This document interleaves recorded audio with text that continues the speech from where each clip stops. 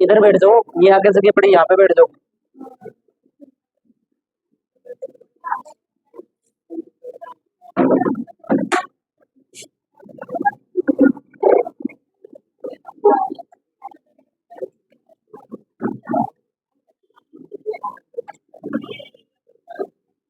पड़ी है जगह खाली, बुला रहा हूँ मैं तो। यहाँ आगे आ जाओ, आगे बैठ जाओ। आप सहजप्रीत, आप चेयर थोड़ी थोड़ी इधर कर लो, थोड़ी चेयर इधर करो।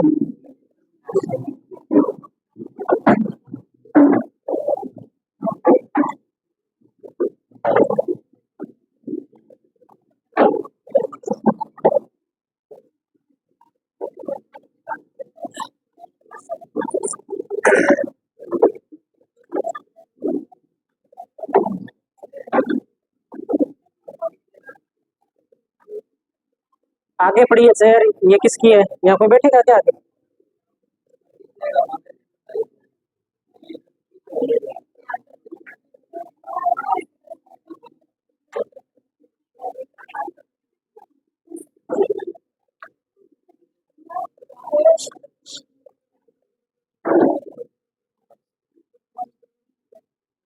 अपने पिछली क्लास में लास्ट वाद्य यंत्र पढ़ा था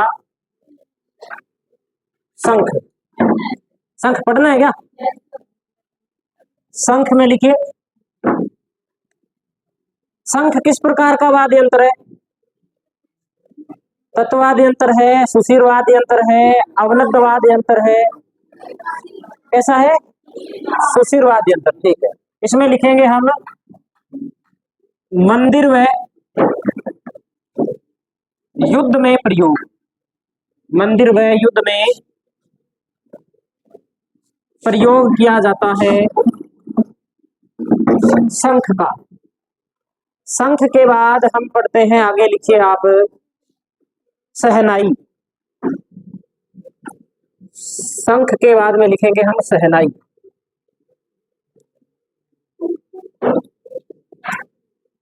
शहनाई की अगर अपने बात करें,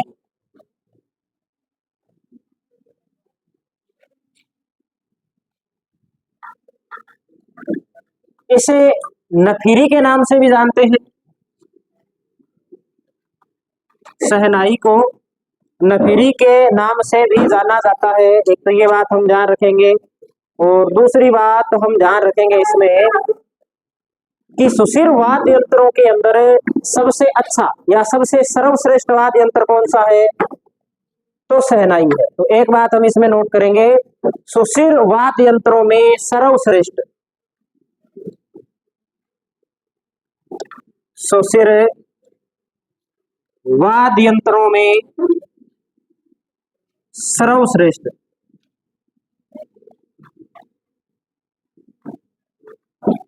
8 छिद्र होते हैं। शहनाई में कितने छिद्र होते हैं? 8 छिद्र होते हैं। देखने में चिलम के समान होती है। चिलम देखिए आप लोगों ने? ठीक है, तो चिलम के समान, चिलम के समान, चिलम के समान होती है। नगाड़े के साथ प्रमुख रूप से बजाया जाता है। तो लिखिए नगाड़े के साथ प्रयोग, नगाड़े के साथ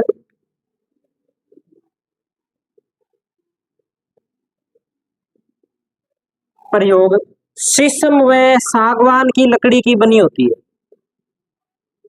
शीशम व सागवान की लकड़ी से निर्मित प्रसिद्ध कलाकार,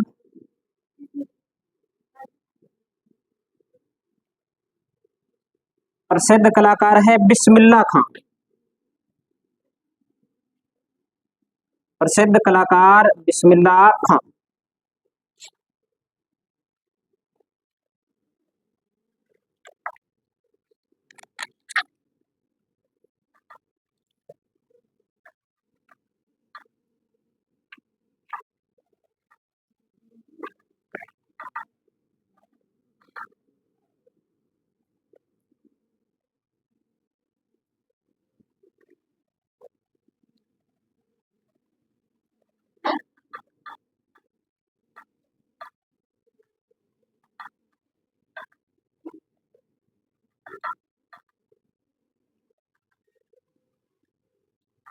नोट कर लिया सभी ने?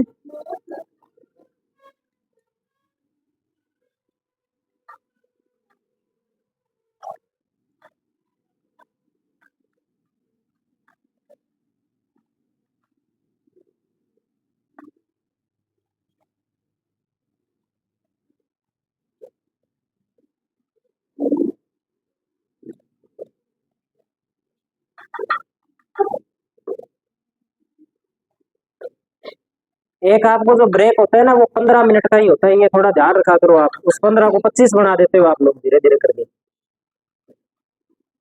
15 मिनट का ही ब्रेक होता है। अब अगर वो 12 बजे हुआ है तो 12:15 तक है, 11:55 पे हुआ है तो 12:10 तक है। ये कोई नियम नहीं है कि अपने 12:20 पे क्लास शुरू करेंगे। अपने 15 ही मिनट का ब्रेक है, ध्यान रखा करो। जब छुट्टी हो जाए तो 15 मिनट के बाद में आकर के क्लास में इसी प्रकार से बैठ जाया करो।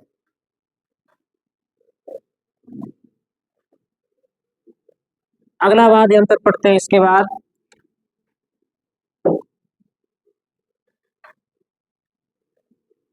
ज्यूज हॉर्प। अगला वाद्य यंत्र है ज्यूज हॉर्प,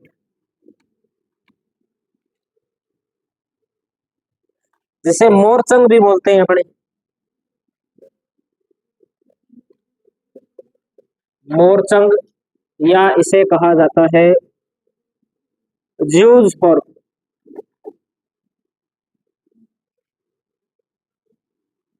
इसमें लिखते हैं सबसे पहले कि एक नंबर बात तो ये लोहे का बना होता है।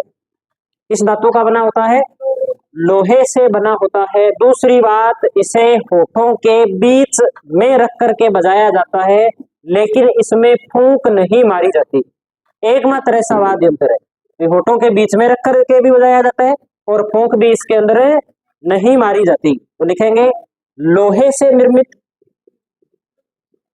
लोहे से निर्मित ऐसा वाद्य यंत्र, ऐसा वाद्य यंत्र जो होठों में या होठों के बीच, होठों के बीच रख कर बजाया जाता है, लेकिन फूंक नहीं मारी जाती, फूंक नहीं मारी जाती। सुशिर वाद्य यंत्रों के अंदर सबसे छोटा वाद्य यंत्र है।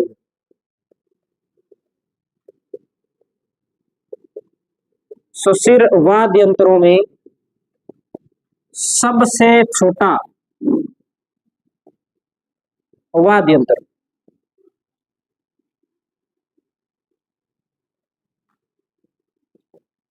सुशिर वाद्य यंत्रों में सबसे छोटा वाद्य यंत्र।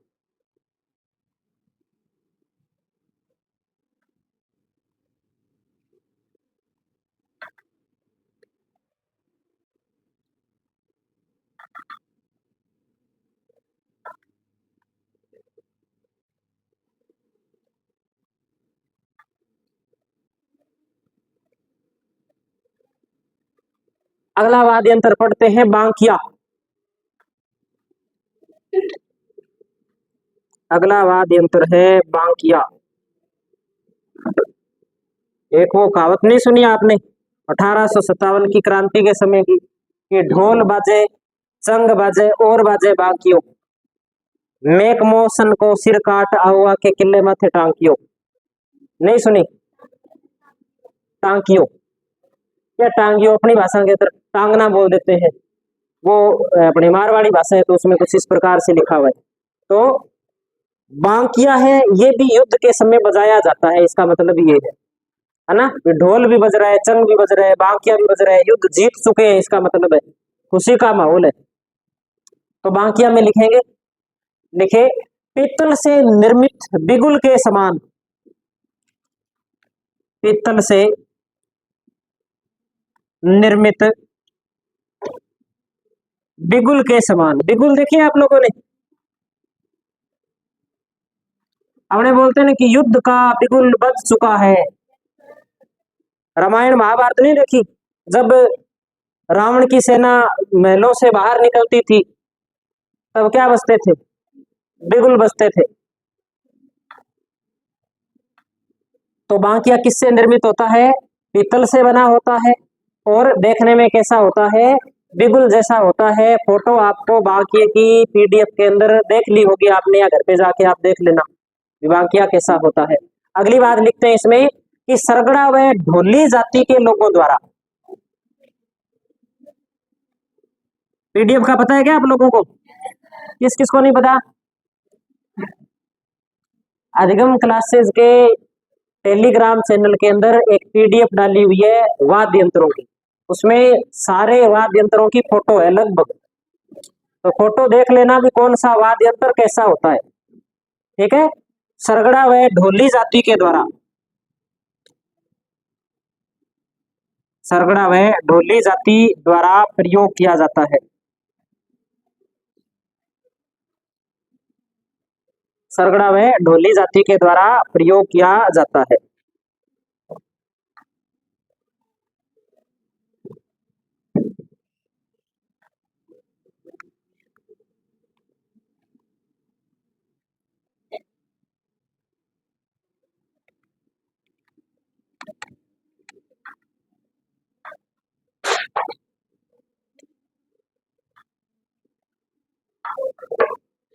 अगला लिखिए मशक। अगला वाद्य यंत्र है मशक। मशक की अपने बात करें तो पुंगी की तरह होता है देखने में। कैसा होता है? पुंगी की तरह। भैरू जी के भोपों के द्वारा प्रयोग किया जाता है।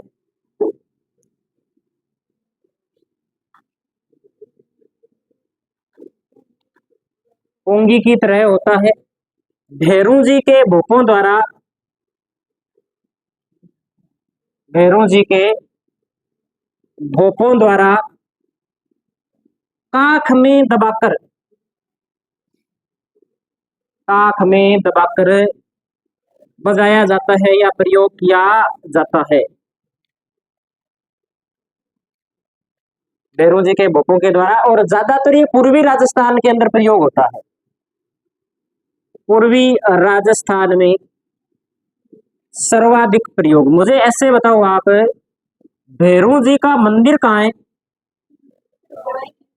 कहाँ है मुख्य मंदिर भैरू जी का? बड़ा मंदिर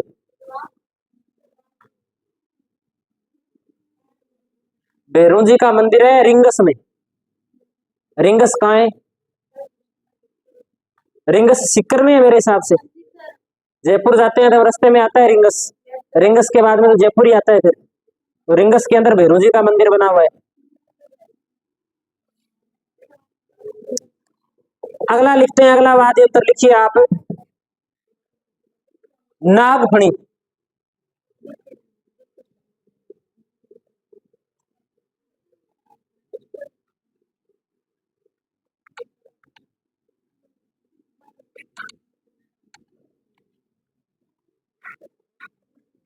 लिखो नागफणी में लिखिए आप, लिखिए यह पीतल की सर्पाकार आकृति में बनी होती है। यह पीतल की सर्पाकार आकृति में, सर्पाकार आकृति में बनी होती है। टेढ़ी मेढ़ी होती है, ये पीतल की बनी होती है और फूंक मारने पर ये बजती है। ये हमें ध्यान रखना। फिर हम बात करते हैं अगला वाद्य यंत्र कर्णा। कर्णा, कर्णा की अगर बात करें तो 7-8 फीट लंबा होता है और इस प्रकार से होता है। ये मान लो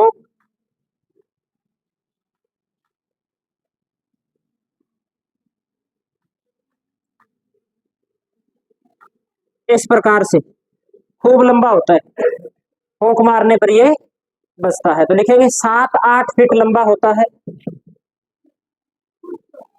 हाँ, 7-8 फुट लंबा होता है, फीट लंबा होता है।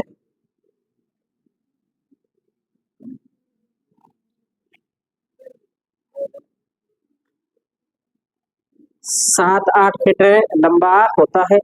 दूसरी बात लिखेंगे, पाली क्षेत्र के मंदिरों में इसका प्रयोग किया जाता है। कौन से क्षेत्र में प्रयोग किया जाता है? पाली क्षेत्र में। पाली क्षेत्र के मंदिरों में प्रयोग। और पित्तल की चादर से बना होता है। पित्तल की चादर से निर्मित होता है, ज्यादा भार नहीं होता, ठीक ठाक सा ही भार होता है, लेकिन इस वाद्य यंत्र की लंबाई है वो ज्यादा होती है। तो ये हो गया आपने करना।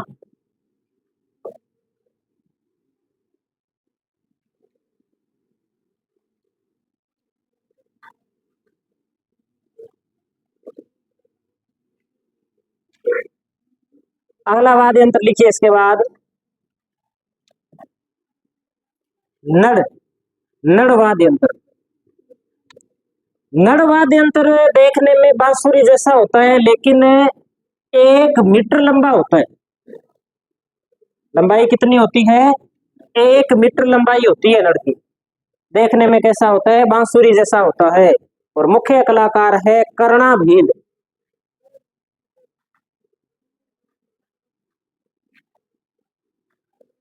1 मीटर लंबा बांसुरी जैसा वाद्य यंत्र। बांसुरी जैसा, ठीक है। दूसरी बात इसमें हमें ध्यान रखनी है कि जो नड़ वाद्य यंत्र है ये केर की लकड़ी से निर्मित होता है। कौन सी लकड़ी से निर्मित होता है? केर की लकड़ी से।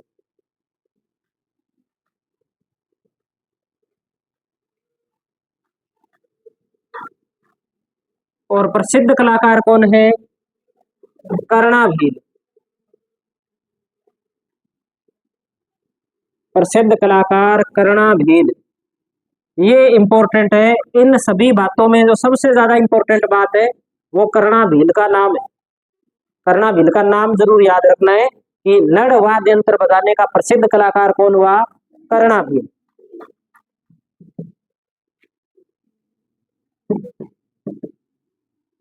अगला वाद्य यंत्र है सुरनाई। सुरनाई देखने में तो होती है शहनाई जैसी। कैसी होती है? शहनाई जैसी होती है। इसे गिल्ला करके बजाया जाता है। पानी में भिगो करके बजाया जाता है।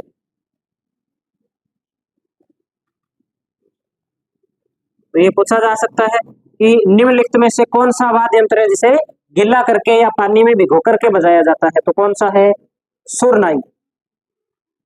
अन्य सुशिर वाद्य यंत्र पढ़ लेते हैं अब हम।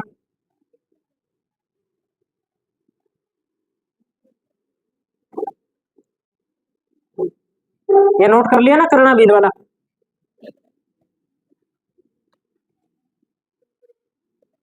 कर्णा भील कौन से वाद्य यंत्र के प्रसिद्ध कलाकार है? नड़ की आकृति कैसी होती है? ऐसा वाद्य यंत्र जो लगभग 6-7 फीट लंबा होता है, करना। और ऐसा वाद्य यंत्र जिसे गिला करके बजाया जाता है, सुरनाई। देखो अन्य सुशिर वाद्य यंत्र,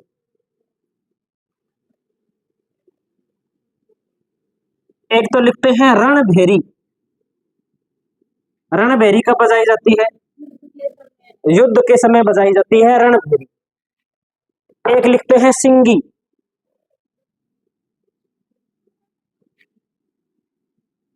एक लिखते हैं टोंटो। रणभेरी, सिंगी, टोंटो, और एक हम इसके अंदर लिखते हैं सतारा। सतारा। ये सारे के सारे किस प्रकार के वाद्य यंत्र है? सुशिर वाद्य यंत्र है। तो ये अपने कंप्लीट हो गए सुशिरवाद यंत्र। इससे पहले हमने पढ़े थे तत्ववाद यंत्र। तत्ववाद यंत्रों के अंदर क्या होता है, तार होती है, उन तारों को हिलाते हैं तब ध्वनि उत्पन्न करते हैं। सुशिरवाद यंत्र के अंदर फूंक लगाई जाती है सिर्फ एक वाद यंत्र को छोड़ के। कौन से को, कौन सा वाद यंत्र है, पेज बदल के देखो, है ना, ऐसे तो याद रहता नहीं आप लोगों के। मोरचंग, मोरचंग का दूसरा नाम ज्यूज फोर्क। किससे निर्मित होता है, लोहे से निर्मित होता है। विशेषता क्या है, सुशिर वाद्य यंत्रों के अंदर सबसे छोटा वाद्य यंत्र है, बाकी सारे होठों में रखे हो जाते हैं, ध्यान रखना। सुशिर फूंक होठों से निकलती है ना, लेकिन फूंक नहीं मारी जाती इसमें, ये विशेषता है इसकी। अगली विशेषता लिखो, अगली विशेषता क्या, अगले वाद्य यंत्र पढ़ते हैं अवनद्ध वाद्य यंत्र। अवनद्ध वाद्य यंत्र, अवनद्ध कौन से होते हैं, चमड़े के बने होते हैं, तो लिखते हैं अवनद्ध वाद्य यंत्र।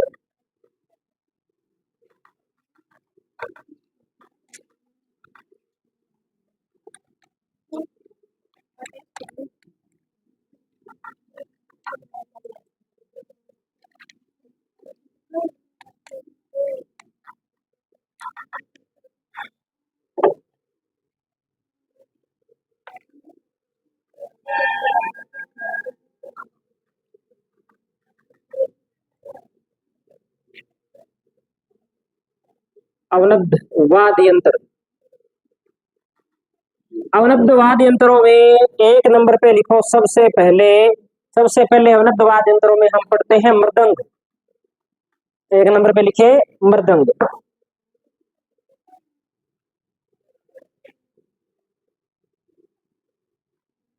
मृदंग, मृदंग की सबसे पहली बात अपने लिखते हैं कि जो मृदंग होता है वो देखने में अपने ढोलक जैसा होता है। कैसा होता है, ढोलक जैसा। ढोलक देखा है आप लोगों ने, कब बजता है ढोलक, कब बजता है, शादियों में। शादियों में भाई हमारे ग्रामीण क्षेत्र में तो ढोल बजता है, ढोलक नहीं बजता। ढोलक और ढोल में अंतर होता है क्या, बिल्कुल होता है। ढोलक और ढोल में क्या होता है, अंतर होता है। चलो लिखते हैं अपने, लिखो ढोलक से मिलता जुलता होता है मृदंग। ढोलक से मिलता जुलता। दूसरी बात लिखते हैं कि कौन लोग इसे प्रयोग करते हैं, तो हम जाति का नाम लिखेंगे, एक तो रावल और एक लिखेंगे राबिया। रावल व राबिया जाति के द्वारा प्रयोग, रावल व राबिया जाति के द्वारा प्रयोग। ये दोनों संगीत जीवी जाति है राजस्थान में। अगली बात लिखते हैं हम मृदंग के बारे में, लिखिए इसका एक मुंह छोटा तथा एक मुंह बड़ा होता है। इसका एक मुंह छोटा तथा एक मुंह बड़ा होता है।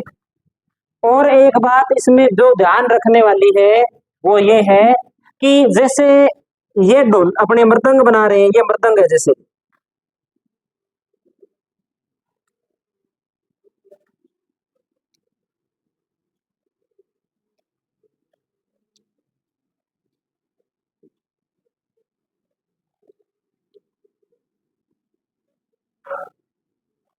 ठीक है, ऐसे।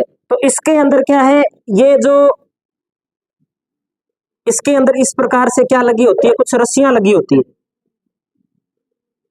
इन रस्सियों के अंदर तनाव उत्पन्न करने के लिए इसके अंदर लकड़ी के छोटे छोटे टुकड़ों का प्रयोग किया जाता है, ताकि रस्सियों के अंदर तनाव आ जाए। तनाव आएगा तो आवाज है वो बिल्कुल सही आएगी।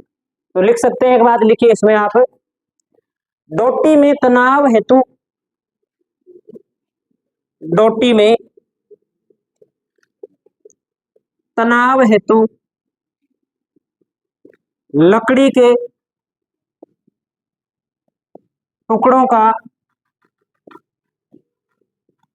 टुकड़ों का प्रयोग होता है या प्रयोग किया जाता है।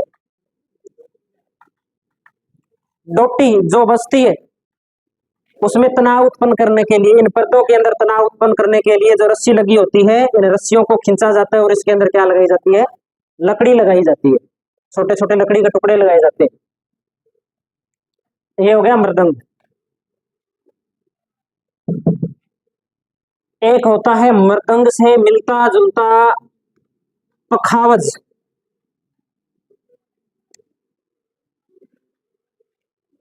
पखावज होता है मृदंग के समान ही होता है, मृदंग के समान। इसमें ज्यादा कोई बात याद नहीं रखनी, इसका एक कलाकार याद रखना है। प्रसिद्ध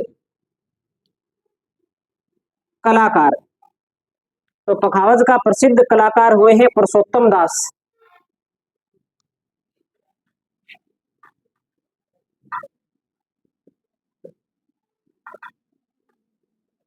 मृदंग के प्रसिद्ध कलाकार पुरुषोत्तम दास। और शहनाई के प्रसिद्ध कलाकार बिस्मिल्लाह खां। नड़ के प्रसिद्ध कलाकार राम नारायण। किसके प्रसिद्ध कलाकार है? सारंगी के प्रसिद्ध कलाकार है। बिल्कुल ये नाम सारे याद करने, ठीक है। पखावज के बाद में हम आगे पढ़ते हैं ढोलक। ढोलक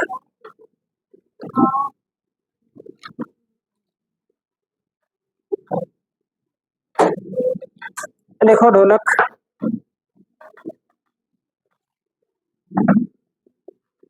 अवनद वाद्य यंत्रों के अंदर सबसे प्राचीन है। अवनद वाद्य यंत्रों में सबसे प्राचीन, अगर हमसे पूछे कि अवनद वाद्य यंत्रों के अंदर सबसे प्राचीन कौन है, कौन सा वाद्य यंत्र है? ढोलक वाद्य यंत्र सबसे पुराना है, ठीक है। इसका जो उपयोग किया जाता है ढोलक का, वो संगीत भजन कीर्तन करने में इसका उपयोग किया जाता है। जैसे कोई माता जी का कोई भजन गाते हैं घर पे, शहरों के अंदर ज्यादा गाते हैं माता जी के भजन, छोटे छोटे जगराते निकालते, दिन में भी होते हैं, कई बार भजन गाते हैं माताओं के, तो उस समय ढोलक का क्या किया जाता है? ज्यादा उपयोग किया जाता है। मंदिरों में भी उपयोग किया जाता है ढोलक का, ठीक है। भवाई नृत्य के दौरान भी इसका क्या किया जाता है? उपयोग किया जाता है। लिखेंगे भवाई नृत्य के दौरान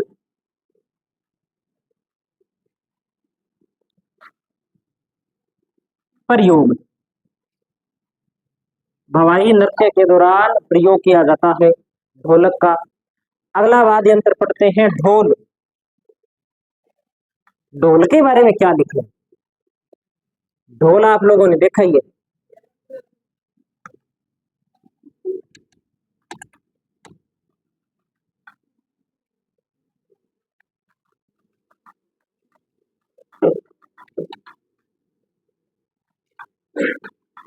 ढोल में कुछ नहीं लिखते अपने। ढोल के बाद में हम पढ़ते हैं नगाड़ा।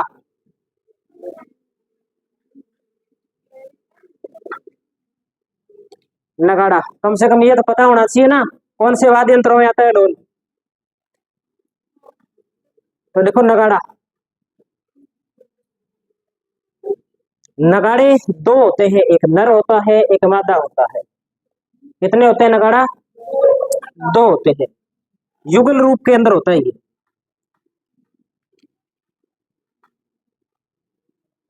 एक नर और एक मादा। इनकी जो आकृति होती है, आकृति होती है सुपारी जैसी। आकृति कैसी होती है? सुपारी जैसी आकृति होती है नगाड़े की। और हमें जो इसमें बात ध्यान रखनी है, वो ये ध्यान रखनी है कि नगाड़े सबसे ज्यादा मेवात क्षेत्र के प्रसिद्ध है। और नगाड़ा जब बनाया जाता है तो नगाड़े के ऊपर जिसे अपने पीट कर जिसे बजाते हैं, वो खाल बहुत मोटी होती है, और खाल होती है भैंसे की। किसकी खाल होती है? भैंसे की खाल से बनता है। तो दो बात हम लिखते हैं इसमें, लिखिए कि भैंसे के चमड़े से निर्मित होता है, भैंसे के चमड़े से निर्मित, और मेवात क्षेत्र में ज्यादा प्रसिद्ध है ये, मेवात क्षेत्र में प्रसिद्ध।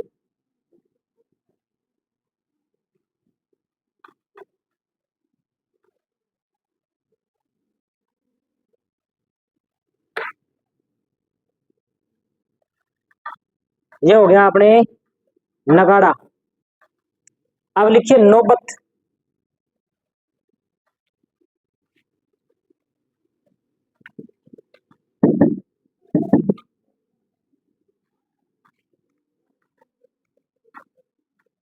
बाजे छे नौबत बाजा, गीत सुना है?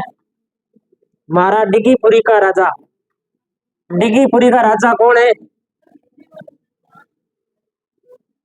कौन है? कल्याण जी। बिल्कुल कल्याण जी है। पुरानी किताबों के अंदर जो चौथी पांचवी की किताबें होती थी उसमें एक पाठ होता था, ये लिखा होता था, बाजे छे नौबत बाजा डिगीपुरी का राजा। पढ़ा था क्या आप लोगों ने? आप लोगों ने नहीं पढ़ा? किसी ने भी नहीं पढ़ा आप में से? वंचित रह गए फिर आप, है ना? पाठ होता था पहले चौथी पता नहीं तीसरी क्लास में, जब हम हिंदी पढ़ना थोड़ा थोड़ा सीख जाते थे ना, तब ये पाठ होता था। हमें तब का पता है कि डिगीपुरी का राजा कल्याण जी है। डिग्गी है कहाँ? टोंक में। डिग्गी कहाँ है? टोंक में। चलो, ये जो लिखा गया है बाजे छे नौबत बाजा, ये कौन सी भाषा में लिखा गया है? बताओ कौन सी भाषा? ढूंढाड़ी भाषा में लिखा गया है। कौन सी भाषा में है? ढूंढाड़ी भाषा में। छह शब्द का सर्वाधिक प्रयोग कौन सी भाषा में? ढूंढाड़ी भाषा में। नी शब्द का सर्वाधिक प्रयोग मेवाड़ी भाषा में। ध्यान रखना, पूछ सकता है, कोई जरूरी नहीं है कि यही पूछेगा कि कल्याण जी के बारे में नौबत के, ये भी घूम फिर के पूछ सकता है कि जो ये पंक्ति दे दे और पूछ ले कि कौन सी भाषा के अंदर, कौन सी बोली के अंदर है। तो जहां छह शब्द आ गया सीधा ढूंढाड़ी, नी शब्द आ गया मेवाड़ी। मारवाड़ी तो है ही, अपने पता ही है मारवाड़ी का मतलब। मारवाड़ी भी कई प्रकार की है। तो हम पढ़ते हैं नौबत। नौबत का प्रयोग कहाँ कहाँ किया जाता है? तो मंदिरों में तथा राजा के महलों के मुख्य द्वार पर, मुख्य द्वार पर जब भी राजा के प्रवेश करता था महल में, तब बजाया जाता था नौबत को, और साथ में कह देते थे कि राजा धीराज महाराज फलाने महाराज पधार रहे हैं, है ना? ताकि अंदर वाले उनको सारों को सूचना मिल जाती थी कि महाराजा आ गए। राजा ही नहीं बोलते थे, महाराजा कहते थे। राजा कहने में थोड़ा छोटा लगता था, इसलिए सब क्या लगने लग गए अपने नाम के आगे, महाराजा लगाने लगे। अगली बात अपने नोट करते हैं कि ये होता कैसा है, किस प्रकार से होता है। तो एक बात तो ये ध्यान रखनी है कि जो अवनद वाद्य यंत्र है ना, अवनद वाद्य यंत्रों के अंदर सबसे बड़ा है। अवनद वाद्य यंत्रों में सबसे बड़ा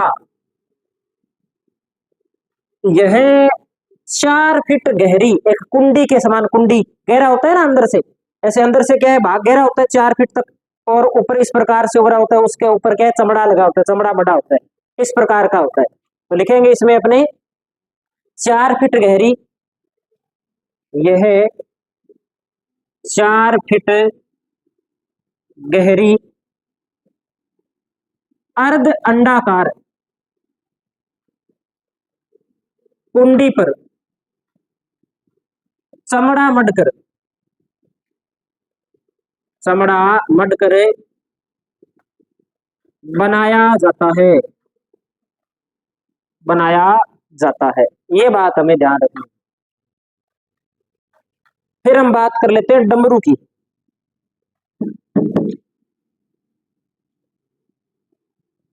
डमरू किसका वाद्य यंत्र है?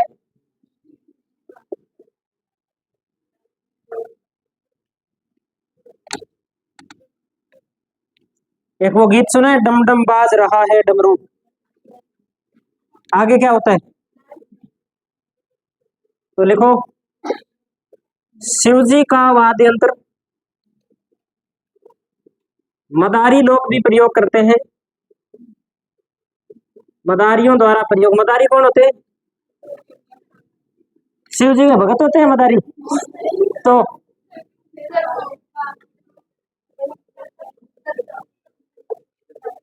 बंदर बुंदर नचाते हैं, बालू नचाते हैं, बालू नचाते हैं क्या? कौन नचाते हैं? मदारियों द्वारा प्रयोग किया जाता है डमरू, ये हमें ध्यान रखना है। और डमरू के दोनों ओर चमड़ा मढ़ा होता है, देखा है आप लोगों ने। और डमरू का जो छोटा रूप होता है उसे बोलते हैं डुगडुगी। क्या बोलते हैं? डुगडुगी। तो लिखेंगे डमरू का छोटा रूप,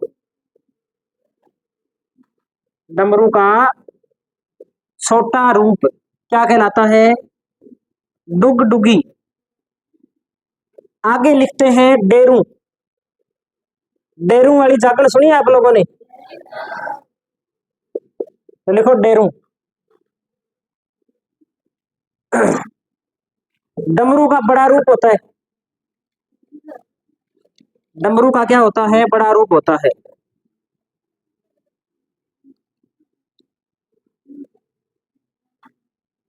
डमरू की जो जागरण होती है उसमें डमरू ही डमरू सुनता है, सॉरी डेरू ही डेरू सुनता है। डेरू की जो जागरण होती है, आवाज दूसरी है वो कम आती है। तो डमरू का बड़ा रूप क्या होता है? डेरू होता है। थाली व कांसे के कटोरे के साथ बजाया जाता है, थाली व कांसे के कटोरे के साथ बजाया जाता है।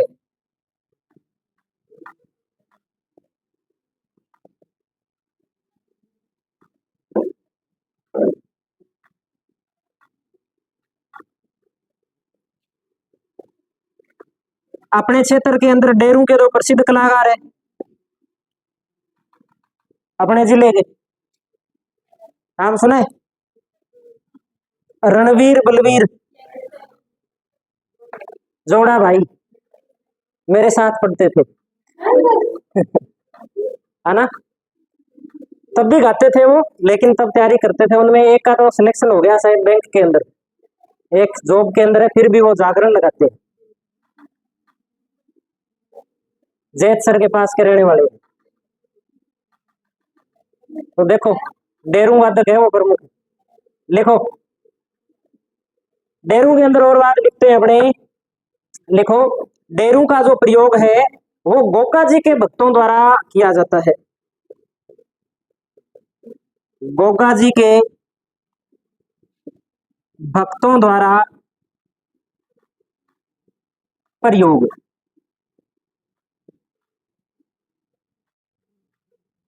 गोगा जी के भक्तों द्वारा प्रयोग।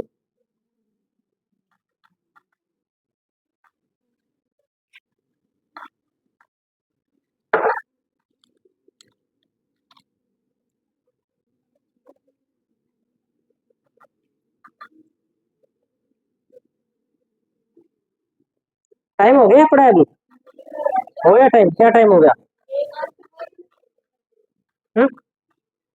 3 मिनट हो गए। चलो अगला वाद्य यंत्र हेडिंग लगा के छोड़ो फिर आप। लिखो अगला वाद्य यंत्र संग। बिल्कुल, शेखावाटी क्षेत्र के अंदर चंग।